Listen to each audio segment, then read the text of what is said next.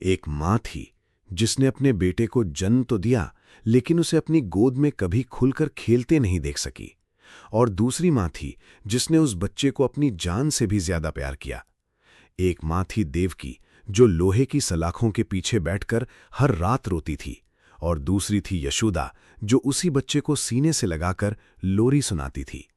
वो बच्चा कोई साधारण बालक नहीं था, वो था श्री कृष्ण, जिसने पूतना को मोक्ष दिया, माखन चुराया, कालिया नाग पर नृत्य किया और एक उंगली पर गोवर्धन पर्वत उठा लिया। लेकिन इस पूरी कहानी का सबसे भावुक क्षण वो था जब यशोदा ने रोते हुए पूछा, लाला, अगर तू कभी दूर चला गया तो क्या मुझे भूल जाएगा? और कृष्ण ने मुस्कुराकर कहा, मैया, जिसे मैं अपने हृदय में रखता हूं उसे कभी नहीं भूलता। ये सिर्फ भगवान की कहानी नहीं, ये माँ के प्रेम की कहानी है, जो भगवान को भी बांध लेता है। अगर आप ऐसी भावुक, दिल को छू लेने वाली कहानियां सुनना पसंद करते हैं तो अभी हमारे चैनल RS स्टोरी वर्ल्ड को फॉलो, सब्सक्राइब करें। रात बहुत गहरी थी। आकाश में काले बादल छाए हुए थे, बिजलियां चमक रही थीं, तेज हवा चल रही थी।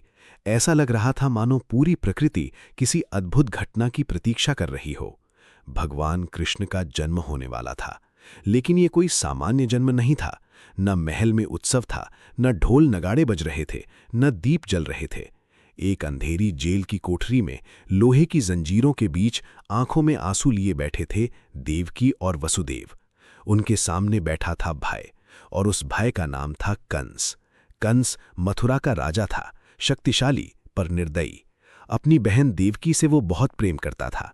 जब देवकी का विवाह वसुदेव से हुआ तो कंस स्वयं रथ हाँक कर बहन को विदा करने चला। देवकी की आंखें नम थीं। कंस ने कहा, बहन, चिंता मत करना, जब भी मुझे याद करोगी तुम्हारा भाई तुम्हारे पास होगा। देवकी मुस्कुराई, लेकिन तभी आकाश में गर्जना हुई और एक दिव्य आवाज गूंजी, हे कंस, जिस बहन को तू इतने प्रेम से विदा कर रहा है उसी का 8वां पुत्र तेरी मृत्यु का कारण बनेगा। कंस का चेहरा बदल गया, प्रेम भय में बदल गया, भय क्रोध में बदल गया। उसने तलवार निकाली और देवकी के बाल पकड़ लिए। देवकी कांप उठी। भैया! वसुदेव ने हाथ जोड़कर कहा, राजन, देवकी निर्दोष है, मैं वचन देता हूं, जो भी संतान होगी मैं स्वयं तुम्हें सौंप दूंगा। कंस ने कुछ क्षण सोचा, फिर देवकी को छोड़ दिया, लेकिन दोनों को कारागार में डाल दिया गया। समय बीतता गया। देवकी ने पहली संतान को जन्म दिया। नन्हा शिशु रो रहा था। देवकी ने उसे सीने से लगाया, मेरे लाल। लेकिन दरवाजा खुला, कंस आया। देवकी उसके पैरों में गिर पड़ी। भैया, ये अभी शिशु है, इसे मत मारो। कंस का हृदय पत्थर बन चुका था। उसने बच्चे को छीन लिया और निर्दयता से उसे मार डाला। देवकी की चीख पूरी जेल में गूंज उठी। ऐसा ही दूसरी बार हुआ, तीसरी बार हुआ, चौथी बार हुआ, 5वीं बार हुआ, 6ठी बार हुआ। हर बार देवकी ने बच्चे को जन्म दिया, हर बार ममता उमड़ी, हर बार कंस आया, हर बार गोद सूनी हो गई। एक माँ की छाती दूध से भर जाती, पर उसे पिलाने वाला कोई न रहता। देवकी रात भर रोती, हे प्रभु, क्या मैं कभी अपने बच्चे को जीते जी देख पाऊंगी? वसुदेव उन्हें सांत्वना देते, पर उनके अपने आंसू भी रुक न थे। जब 7वीं संतान देवकी के गर्भ में आई तो ईश्वरी लीला से वो गर्भ रोहिणी के पास पहुंच गया। वही बालक आगे चलकर बलराम कहलाए। कंस को लगा कि गर्भपात हो गया, लेकिन नियति चुपचाप अपना मार्ग बना रही थी। अब देवकी के गर्भ में 8वीं संतान थी। देवकी के चेहरे पर अद्भुत तेज था। कारागार की दीवारें तक मानो उजली लगने लगी थीं। वसुदेव ने देवकी से कहा, देवी, इस बार मुझे विश्वास है, ये बालक अवश्य जीवित रहेगा। देवकी ने आंसू भरी आंखों से पूछा, क्या इस बार मेरी गोद सूनी नहीं होगी? वसुदेव ने उनके हाथ थाम लिए, ये केवल हमारा पुत्र नहीं, स्वयं ईश्वर है। भाद्रपद मास की अष्टमी, आधी रात का समय, रोहिणी नक्षत्र। पूरी प्रकृति मौन थी। अचानक कारागार में दिव्य प्रकाश फैल गया। देवकी ने एक अद्भुत बालक को जन्म दिया। श्याम वर्ण, कमल जैसी आंखें, मंद मुस्कान, अलौकिक तेज। क्षण भर के लिए बालक ने अपना दिव्य रूप दिखाया। 4 भुजाएं, शंख, चक्र, गदा, पद्म। देवकी और वसुदेव स्तब्ध रह गए। दोनों हाथ जोड़कर रो पड़े, प्रभु, आप हमारे पुत्र बनकर आए हैं। भगवान ने कहा, माता, पिता, मुझे अभी गोकुल ले जाइए, वहां यशोदा ने कन्या को जन्म दिया है, मुझे वहां छोड़कर उस कन्या को यहां ले आइए। इतना कहकर बालक सामान्य शिशु बन गया। तुरंत ही वसुदेव की बेड़ियां खुल गईं, कारागार के दरवाजे स्वयं खुल गए, पहरेदार गहरी नींद में सो गए। वसुदेव ने बालक को टोकरी में रखा। देवकी ने कांपते हाथों से पुत्र का माथा चूमा। मेरे लाल, क्या मैं तुझे फिर देख पाऊंगी? उनकी आंखों से आंसू टपक कर कृष्ण के गालों पर गिर पड़े।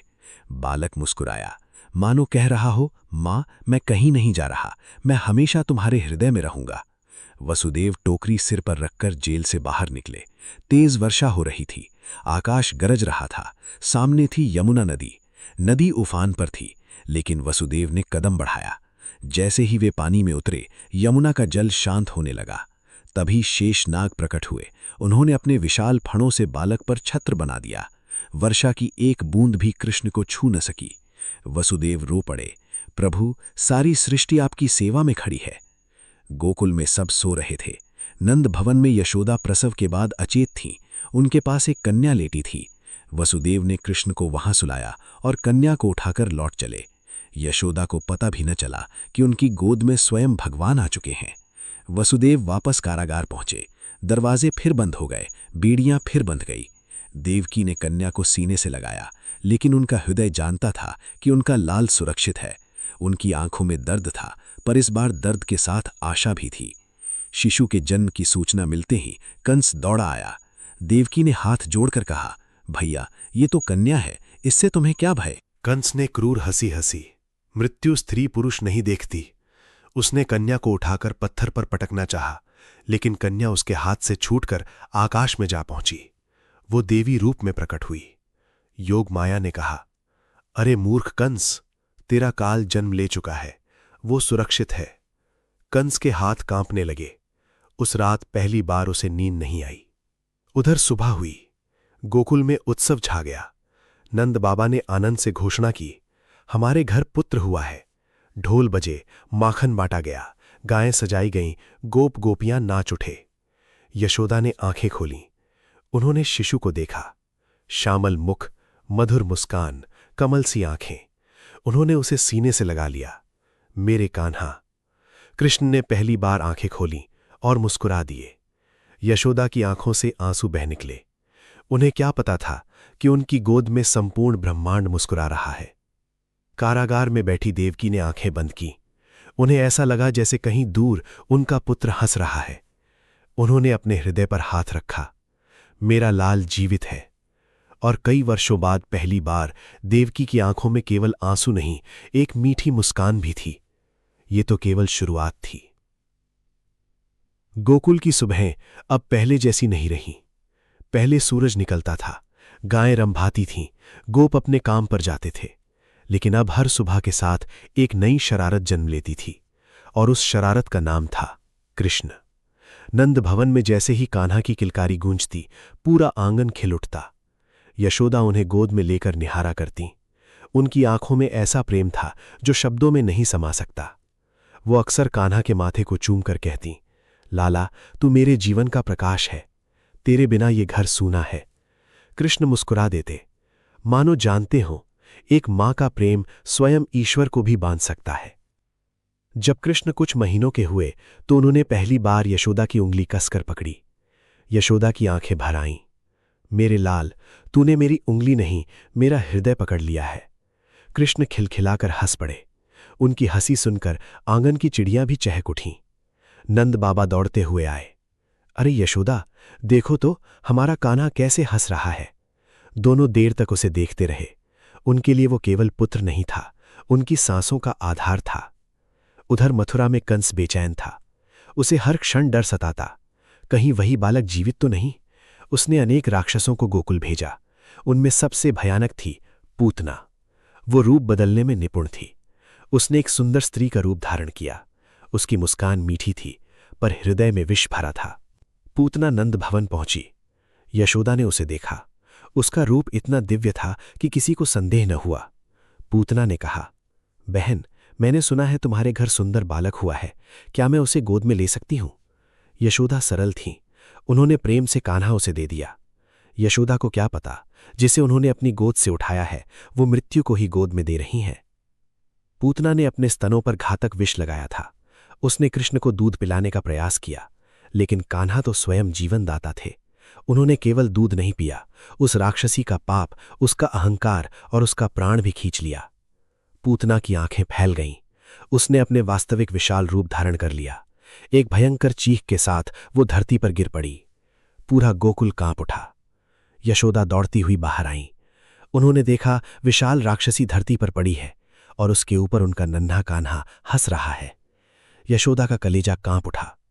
वो दौड़ी, कृष्ण को सीने से चिपका लिया और फूट फूट कर रो पड़ी। मेरे लाल, तुझे कुछ हो जाता तो मैं कैसे जीती?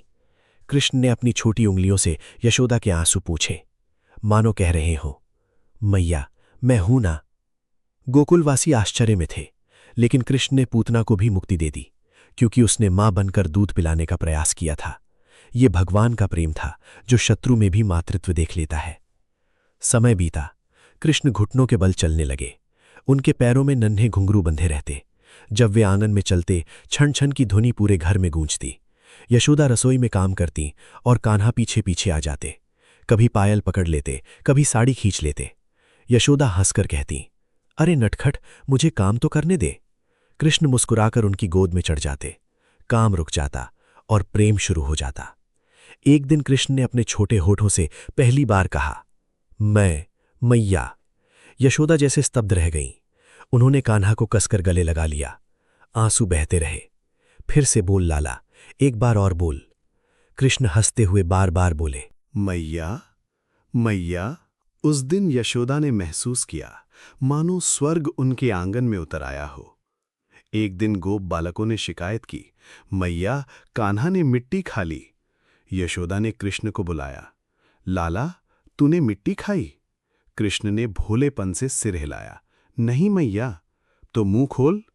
कृष्ण ने मुंह खोला और यशोदा ने जो देखा उसे देखकर उनका हृदय थम गया। उस छोटे से मुख में पूरी सृष्टि थी। सूर्य, चंद्रमा, तारे, नदियां, पर्वत, धरती, आकाश और स्वयं यशोदा भी कृष्ण को गोद में लिए खड़ी थी। यशोदा की आंखें भर आईं। ये मेरा पुत्र है या स्वयं भगवान? अगले ही क्षण योग माया ने सब भुला दिया। यशोदा ने कान्हा को चूम लिया। चाहे तू भगवान हो या मेरा लाल, मेरे लिए तू केवल मेरा बेटा है। कृष्ण को माखन बहुत प्रिय था। जब यशोदा मटकी में माखन मथती, कान्हा उत्सुकता से देखते। एक दिन उन्होंने अपनी नन्ही उंगली माखन में डुबो दी। स्वाद लेते ही उनकी आंखें चमक उठीं। यशोदा हंस पड़ी, अब तो तू सचमुच माखन चोर बनेगा। कृष्ण ने मुस्कुराकर मानो वचन दे दिया। रात में यशोदा उन्हें गोद में लेकर लोरी गाती, सो जा रे नंदलाला। कृष्ण धीरे धीरे आंखें मूंद लेते, लेकिन सोते सोते भी उनकी उंगलियां यशोदा की साड़ी पकड़े रहती। यशोदा उन्हें देर तक निहारती रहती, कभी माथा चूमती, कभी पैर। उनकी आंखों से प्रेम के आंसू बहते। हे ठाकुर, यदि जीवन में कुछ मांगना हो तो बस इतना देना, मेरा कान्हा हमेशा मेरी गोद में रहे। उधर कारागार में देवकी रातों को जागती। उन्हें अक्सर लगता कहीं दूर उनका पुत्र हंस रहा है। वो आंखें बंद कर कहती, मेरे लाल, मैं तुझे छू नहीं सकती, पर मेरा आशीर्वाद हर पल तेरे साथ है। उनकी ममता दीवारों से टकराकर भी कृष्ण तक पहुंच जाती। कृष्ण ने पूतना का उद्धार किया, संसार को अपनी झलक दिखाई। लेकिन फिर भी जब यशोदा पुकारती, कान्हा, तो वे सब कुछ छोड़कर दौड़ पड़ते। यही उनकी सबसे बड़ी लीला थी। जो संपूर्ण ब्रह्मांड का स्वामी है, वो एक मां के प्रेम से बंध गया। अब कान्हा बड़े हो रहे थे। गोकुल में अब एक नई चर्चा हर घर में होने लगी थी। नंदलाल फिर माखन चुरा ले गए, हमारी मटकी फोड़ दी, बंदरों को सारा माखन खिला दिया। और ये सुनकर भी यशोदा के होठों पर मुस्कान आ जाती, क्योंकि जिस बालक की शिकायत होती थी वो कोई और नहीं, उनका नन्हा कृष्ण था। कृष्ण को माखन से इतना प्रेम था कि उसकी सुगंध आते ही उनकी आंखें चमक उठतीं। वे अपने सखाओं के साथ योजना बनाते, तू दरवाजे पर ध्यान रखना, तू मुझे कंधा देना और मैं मटकी उतारूंगा। सब बच्चे हंसते। कृष्ण सबसे ऊपर चढ़ते, मटकी तोड़ते और माखन निकालकर सबको बांटते थे। खुद खाते कम, दूसरों को खिलाते ज्यादा, यहां तक कि बंदरों को भी। एक गोपी ने नाराज होकर कहा, कान्हा, तू इतना माखन क्यों बांट देता है? कृष्ण हंसकर बोले, जो प्रेम से बना है वो सबका है। एक दिन कई गोपियां एक साथ नंद भवन पहुंची। नंद बाबा बाहर बैठे थे। गोपियां बोलीं, नंद बाबा, आपका लाल बहुत शरारती हो गया है। यशोदा ने पूछा, अब क्या किया मेरे लाला ने? एक गोपी बोली, मेरे घर की मटकी फोड़ दी। दूसरी बोली, मेरे माखन में अपने छोटे छोटे हाथ डाल दिए। तीसरी बोली, और जब मैंने पकड़ा तो इतनी प्यारी मुस्कान दी कि मैं डांट भी ना सकी। सब हंस पड़ी। यशोदा ने सख्ती से कहा, आज मैं इसे अवश्य समझाऊंगी, लेकिन अंदर से वो भी मुस्कुरा रही थीं। एक सुबह यशोदा ने स्वयं ताज़ा माखन बनाया। उन्होंने उसे ऊंची जगह रख दिया। सोचा, आज देखती हूं मेरा लाला कैसे चुराता है। कुछ देर बाद आंगन से हल्की हल्की आवाजें आने लगीं। यशोदा चुपचाप पहुंची। उन्होंने देखा, कृष्ण अपने मित्रों के साथ ऊखल पर चढ़े हैं। मटकी नीचे उतार ली गई है। माखन सबको बांटा जा रहा है। कृष्ण के गालों पर सफेद माखन लगा हुआ है और वे बंदरों को भी खिला रहे हैं। यशोदा ने ऊंची आवाज में कहा, कान्हा। कृष्ण चौंक गए। उनकी आंखें गोल हो गईं। फिर वे भागने लगे। यशोदा पीछे दौड़ी, कृष्ण आगे। कभी इधर कभी उधर। गोकुल की गलियां हंसी से भर गईं। आखिरकार यशोदा ने उन्हें पकड़ लिया। कृष्ण की आंखों में आंसू आ गए। मैया, अब नहीं करूंगा। उनकी ठुड्डी कांप रही थी। काजल फैल गया था। माखन अब भी गालों पर लगा हुआ था। यशोदा का हृदय पिघल गया, लेकिन उन्होंने सोचा, थोड़ा अनुशासन भी जरूरी है। यशोदा रस्सी लाईं और कृष्ण को ऊखल से बांधने लगीं, पर आश्चर्य, रस्सी हर बार 2 अंगुल छोटी रह जाती। उन्होंने दूसरी रस्सी जोड़ी, फिर भी छोटी। तीसरी जोड़ी, फिर भी छोटी। यशोदा थक गईं। उनके माथे पर पसीना आ गया। कृष्ण अपनी बड़ी बड़ी आंखों से उन्हें देखते रहे। जब उन्होंने देखा कि मां सचमुच थक गई है तो स्वयं बंधने को तैयार हो गए और रस्सी इस बार पूरी हो गई। भक्त कहते हैं, एक अंगुल भक्त का प्रयास और दूसरी भगवान की कृपा। जब दोनों मिलते हैं तभी भगवान प्रेम से बंधते हैं। यशोदा ने भगवान को शक्ति से नहीं, अपने प्रेम से बांध लिया। कृष्ण ऊखल से बंधे बैठे थे। आंखों में आंसू थे, पर होठों पर हल्की मुस्कान। यशोदा ने उन्हें देखा। उनका हृदय भर आया। वो पास बैठ गईं, माथा चूमा और बोलीं, लाला, मैं तुझे दुख देने के लिए नहीं बांध रही। मैं चाहती हूं कि तू सही और गलत समझे। कृष्ण ने मासूमियत से पूछा, मैया, क्या तुम मुझसे नाराज हो? यशोदा की आंखों से आंसू बह निकले। मैं तुझसे नाराज नहीं हो सकती, तू मेरी जान है। आंगन में 2 विशाल यमल अर्जुन वृक्ष खड़े थे। इन वृक्षों में नलकूबर और मणिग्रीव का वास था, जो श्रापवश वृक्ष बने थे। कृष्ण ऊखल सहित घिसटते हुए उन दोनों वृक्षों के बीच जा पहुंचे। ऊखल अटक गया। कृष्ण ने हल्का सा झटका दिया। धड़ाम! दोनों वृक्ष धरती पर गिर पड़े। भयंकर गर्जना हुई। पूरा गोकुल कांप उठा। गिरे हुए वृक्षों से 2 दिव्य पुरुष प्रकट हुए। उन्होंने हाथ जोड़कर कहा, प्रभु, आपने हमें अहंकार से मुक्त किया, हमें मोक्ष प्रदान किया। कृष्ण मुस्कुराते रहे। वे दिव्य पुरुष प्रणाम कर स्वर्ग को लौट गए। वृक्ष गिरने की आवाज सुनकर यशोदा दौड़ीं। उन्होंने देखा 2 बड़े वृक्ष धाराशायी पड़े हैं और बीच में उनका नन्हा कान्हा सुरक्षित बैठा है। यशोदा का शरीर कांप उठा। उन्होंने तुरंत रस्सी खोली और कृष्ण को सीने से लगा लिया। मेरे लाल, तुझे कुछ हो जाता तो मैं कैसे जीती? वो रोती रहीं। कृष्ण ने उनकी गर्दन में बाहें डाल दी। कृष्ण ने धीरे से कहा, मैया, तुम रो क्यों रही हो? यशोदा बोली, क्योंकि तू मेरी दुनिया है। कृष्ण ने मुस्कुराकर पूछा, अगर मैं तुम्हारी दुनिया हूं तो तुम मेरी दुनिया हो? यशोदा ने उन्हें कसकर गले लगा लिया। हां लाला, मैं तेरी दुनिया हूं और तू मेरी। उधर कारागार में देवकी ध्यान में बैठी थीं। उन्हें लगा जैसे उनका पुत्र हंस रहा है। उन्होंने आकाश की ओर देखा। हे प्रभु, जिस मां की गोद में मेरा लाल है, उसे सदैव सुख देना। उनकी आंखों में दर्द था, पर यशोदा के लिए आशीर्वाद भी। गोकुल में अब नन्हा कान्हा थोड़ा बड़ा हो चुका था।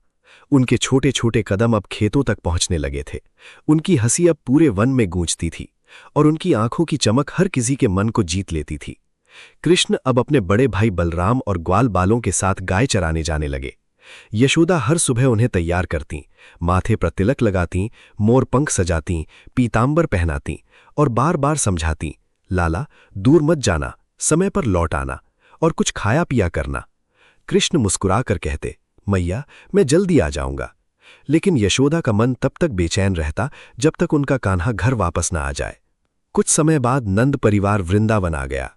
ये स्थान हरे भरे वन, मधुर पवन और शांत वातावरण से भरा था। यहाँ की हर डाली जैसे कृष्ण का इंतजार कर रही थी।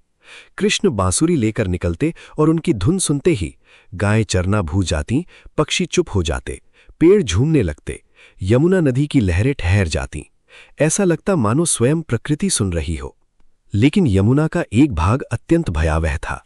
उस जल में भयंकर विष घुल चुका था। वहां रहता था कालिया नाग। उसके विष से जल काला हो गया था। पक्षी ऊपर से उड़ते और नीचे गिर पड़ते। जानवर उस जल को पीकर मर जाते। गांव वाले बच्चों को चेतावनी देते, उस स्थान के पास मत जाना। एक दिन कृष्ण और उनके मित्र खेल रहे थे। अचानक उनकी गेंद यमुना के उसी विषैले भाग में जा गिरी। ग्वाल बाल डर गए। कृष्ण, वहां मत जाना, वहां कालिया नाग रहता है। लेकिन कृष्ण मुस्कुराए। जहां भय है वहां जाना ही होगा। उन्होंने कदम वृक्ष पर चढ़कर यमुना में छलांग लगा दी। जैसे ही कृष्ण जल में उतरे, भयंकर हलचल हुई। कालिया नाग क्रोध से बाहर आया। उसकी अनेक फुंकारती फनें थीं, आंखें अंगारों की तरह लाल थीं। उसने कृष्ण को अपनी कुंडलियों में कस लिया। किनारे पर खड़े ग्वालबाल रोने लगे, कृष्ण कृष्ण। तभी कृष्ण ने स्वयं को मुक्त किया। वो बिजली की गति से कालिया के फनों पर चढ़ गए और नृत्य करने लगे। हर चरण के साथ नाग का अहंकार टूटता गया। देवता आकाश से पुष्प वर्षा करने लगे, ढोल बजने लगे। कृष्ण का नृत्य इतना सुंदर था कि विनाश भी उत्सव बन गया। कालिया दुर्बल पड़ गया। कालिया की पत्नियां हाथ जोड़कर रो पड़ीं। प्रभु, हमारे पति को क्षमा कर दीजिए, ये अज्ञानी हैं। कृष्ण ने करुणा से कालिया को देखा। ये स्थान छोड़कर समुद्र चला जा और फिर किसी को कष्ट मत देना। कालिया ने सिर झुका दिया। उसका विष शांत हो गया। यमुना का जल पुनः निर्मल हो उठा। कृष्ण जल से बाहर आए। यशोदा दौड़ी और उन्हें सीने से चिपका लिया। वो कांप रही थीं। तू मुझे हर बार डरा देता है लाला। कृष्ण ने मुस्कुराकर कहा, मैया, जब तक तुम्हारा आशीर्वाद है मुझे कुछ नहीं होगा। यशोदा रोते हुए उनके माथे को चूमती रहीं। उस दिन के बाद वृंदावन में कृष्ण की बांसुरी का जादू और भी बढ़ गया। जब वे बांसुरी बजाते, गायें दौड़ी चली आतीं, बछड़े अपनी माताओं से लिपट जाते, पक्षी शाखाओं पर स्थिर हो जाते, यमुना की लहरें शांत हो जातीं और यशोदा घर के आंगन में बैठी मुस्कुरातीं। ये धुन मेरे लाल की है। उनकी आंखें गर्व और प्रेम से भर जातीं। कारागार में बैठी देवकी ने एक रात ध्यान में बांसुरी की धुन सुनी। उनके आंसू बह निकले। मेरा लाल अब बड़ा हो रहा है। वो उसे देख नहीं सकती थीं, पर हर पल महसूस करती थीं। अब कृष्ण केवल नंद और यशोदा के पुत्र नहीं रहे, वे पूरे वृंदावन की धड़कन बन गए। किसी के लिए मित्र, किसी के लिए पुत्र, किसी के लिए रक्षक और सबके लिए प्रेम का स्रोत। रात को यशोदा ने सोते हुए कृष्ण को देखा। उनके बालों में मोर पंख अटका था, होठों पर हल्की मुस्कान थी। यशोदा ने धीरे से कहा, हे ठाकुर, यदि ये स्वप्न है तो मुझे कभी मत जगाना। कृष्ण ने नींद में ही उनका हाथ पकड़ लिया, मानो कह रहे हो, मैया, मैं हमेशा तुम्हारे साथ हूं। वृंदावन में हर दिन एक उत्सव था। जहां कृष्ण के चरण पड़ते, वहां धूल भी पवित्र हो जाती। उनकी बांसुरी की धुन से वन गूंज उठला। उनकी मुस्कान से दुख मिट जाते। उनकी शरारतों से हर हृदय खिल उठता। लेकिन संसार को अभी एक और महान लीला देखनी थी। हर वर्ष वृंदावनवासी वर्षा के देवता इंद्र की पूजा करते थे। कृष्ण ने पूछा, हम इंद्र की पूजा क्यों करते हैं? गोपों ने कहा, वर्षा उन्हीं के कारण होती है। कृष्ण मुस्कुराए, हमारा पालन तो गायें करती हैं, वन हमें फल देता है और गोवर्धन पर्वत हमें आश्रय देता है। हमें उसी का सम्मान करना चाहिए। नंद बाबा सहित सभी ने कृष्ण की बात मान ली। इस बार इंद्र पूजा के स्थान पर गोवर्धन पूजा हुई। इंद्र का अहंकार आहत हो गया। उन्होंने क्रोधित होकर घनघोर वर्षा भेजी। बिजलियां चमकीं, तूफान उठा, ओलों की मार शुरू हुई। गायें कांपने लगीं, बच्चे रोने लगे, गोप गोपियां भयभीत हो उठे। सब दौड़ते हुए कृष्ण के पास आए। कान्हा, अब हमारी रक्षा करो। कृष्ण मुस्कुराए। उन्होंने अपनी छोटी कनिष्ठा उंगली उठाई और सहजता से गोवर्धन पर्वत उठा लिया। सभी लोग, गायें और बछड़े पर्वत के नीचे आ गए। कृष्ण एक ही उंगली पर पर्वत धारण किए खड़े रहे। उनके चेहरे पर वही शांत मुस्कान थी। लगातार 7 दिन तक वर्षा होती रही, लेकिन पर्वत के नीचे सब सुरक्षित रहे। गोप आश्चर्य से कृष्ण को देखते, गोपियां प्रेम से निहारतीं। यशोदा की आंखों में चिंता बनी रही। वो बार बार पूछती, लाला, तेरी उंगली दुख तो नहीं रही? कृष्ण हंसकर कहते, मैया, जब तक तुम्हारा आशीर्वाद है मुझे कुछ नहीं होगा। यशोदा रोते हुए उनके माथे को चूमती रहीं। यशोदा चाहती थी कि वो अपने लाल का हाथ सहला दें। वो बार बार उनके चेहरे से पसीना पोंछती, कभी माखन खिलाती, कभी माथा चूमती। उन्हें पर्वत से नहीं, बस अपने पुत्र की चिंता थी। संसार भगवान को देख रहा था, पर यशोदा केवल अपने बेटे को देख रही थी। आखिरकार इंद्र का अहंकार टूट गया। वर्षा रुक गई। उन्होंने आकर कृष्ण के चरणों में सिर झुका दिया। प्रभु, मुझे क्षमा करें, मैं अपने गर्व में अंधा हो गया था। कृष्ण ने उन्हें क्षमा कर दिया। शक्ति तभी सुंदर है जब उसमें विनम्रता हो। कृष्ण ने गोवर्धन पर्वत वापस स्थापित किया। पूरा वृंदावन आनंद से झूम उठा। गोप गोपियां नाचने लगे, ढोल बजे, गाय रंभाई। नंद बाबा ने कृष्ण को गले लगाया। यशोदा ने उन्हें सीने से लगा लिया और रो पड़ी। तू चाहे जो भी हो, मेरे लिए तू केवल मेरा कान्हा है। कृष्ण ने उनके आंसू पोंछे, और तुम मेरे लिए केवल मेरी मैया हो। कारागार में बैठी देवकी ने उस रात ध्यान में अपने पुत्र का तेज महसूस किया। उन्होंने हाथ जोड़कर कहा, हे प्रभु, जिस मां ने मेरे लाल को पाला है उसे सदैव सुख देना। उनके आंसू अब केवल दुख के नहीं थे, उनमें गर्व भी था। एक शाम कृष्ण यमुना तट पर बैठे बांसुरी बजा रहे थे। सूरज धीरे धीरे अस्त हो रहा था। गायें शांत थीं, पक्षी अपने घोंसलों की ओर लौट रहे थे। यशोदा दूर खड़ी उन्हें देख रही थी। उनके हृदय में एक अनकहा भय था। एक दिन मेरा लाल बड़ा हो जाएगा और शायद दूर चला जाएगा। उनकी आंखों से आंसू बह निकले। कृष्ण ने बांसुरी रोक दी, दौड़कर उनके पास आए। मैया, तुम रो क्यों नहीं हो? यशोदा ने कांपते स्वर में कहा, बस यूं ही, मुझे लगता है समय बहुत जल्दी बीत रहा है। कृष्ण ने उनका हाथ पकड़ा। समय बदल सकता है, पर मेरा प्रेम कभी नहीं बदलेगा। यशोदा ने कृष्ण को अपनी गोद में बिठा लिया, जैसे बचपन के पहले दिन बिठाया था। उन्होंने माथा चूमा। लाला, अगर तू कभी दूर भी चला जाए तो क्या मुझे याद रखेगा? कृष्ण ने मुस्कुराकर कहा, मैया, जिसे मैं अपने हृदय में रखता हूं उसे कभी भूल नहीं सकता। और तुम तो मेरे हृदय की धड़कन हो। यशोदा फूट फूट कर रो पड़ी। उन्होंने कृष्ण को कसकर गले लगा लिया। कृष्ण का बचपन हमें सिखाता है, ईश्वर सबसे अधिक प्रेम में मिलते हैं। मां का प्रेम भगवान को भी बांध सकता है। शक्ति का उद्देश्य रक्षा है। अहंकार अंततः टूटता है। सच्चा धन प्रेम है। रात हो चुकी थी। यशोदा ने कृष्ण को सुलाया। धीरे धीरे लोरी गुनगुनाई, सो जा रे नंदलाला। कृष्ण ने आंखें मूंद लीं, लेकिन उनका हाथ अब भी यशोदा की उंगलियों में था। यशोदा देर तक उन्हें निहारती रहीं। उनकी आंखों से आंसू बहते रहे, प्रेम के आंसू, गर्व के आंसू और उस अनकहे डर के आंसू कि ये बचपन हमेशा नहीं रहेगा। कृष्ण ने नींद में मुस्कुराकर उनका हाथ और कसकर पकड़ लिया, मानो कह रहे हों, मैया, मैं कभी तुमसे दूर नहीं हूं। श्री कृष्ण बचपन कथा का समापन। Blue heart. बाप रे! जेल की अंधेरी रात से लेकर वृंदावन की हंसी तक कृष्ण ने अपने बचपन से दुनिया को प्रेम, करुणा, साहस और भक्ति का संदेश दिया। जो उन्हें पुत्र मानकर पुकारता है, वे उन्हें मां का प्रेम देते हैं। जो उन्हें मित्र मानता है, वे उन्हें साथ देते हैं। और जो उन्हें भगवान मानता है, वे उन्हें अपने हृदय में स्थान देते हैं। जय श्री कृष्ण, जय नंदलाल, जय कन्हैया लाल की। अगर आप ऐसी भावुक, दिल को छू लेने वाली कहानियां सुनना पसंद करते हैं तो अभी हमारे चैनल RS स्टोरी वर्ल्ड को फॉलो, सब्सक्राइब करें।